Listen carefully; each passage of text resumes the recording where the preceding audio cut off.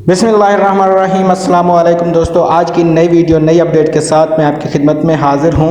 आज की इस वीडियो के अंदर हम इनकम टैक्स रिलीफ पर IMF को एतमाद में ले लिया गया है। आज की इस वीडियो में मुकम्मल तफसील देने जा रहा हूं, लेकिन उससे पहले अगर आप दोस्त हमारे चैनल पर नए हैं तो हमारे चैनल को सब्सक्राइब करें और साथ में बेल आइकन को भी ज़रूर प्रेस करें, क्योंकि इस वीडियो के अंदर मुलाजमीन के अंदर तनख्वाहदार जो तबका है उनके ऊपर जो टैक्स लगने वाला था उसके ऊपर रिलीफ के हवाले से बात हो चुकी है। इस वीडियो में मुकम्मल तफसील देने जा रहा हूं।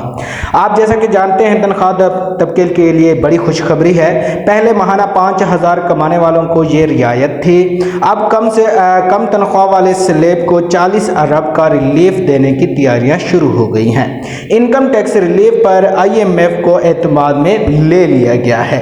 5 साल से 24 इदारों की निजकारी की भी ये कहा गया है। हुकूमत का तनख्वाहदार तबके को रिलीफ देने पर गौर, माहाना 1 लाख तक तनख्वाह लेने वाले को रिलीफ के लिए तजवीज़ पर गौर कर दिया गया है। माहाना 1 लाख आमदनी पर टैक्स ना लगाने का फैसला किया गया है। पहले माहाना 5,000 कमाने वालों को ये रियायत दी गई थी। अब ये जो है 40 अरब का रिलीफ देने की तैयारियां मुकम्मल हो चुकी हैं। इनकम टैक्स रिलीफ पर IMF को एतमाद में ले लिया गया है।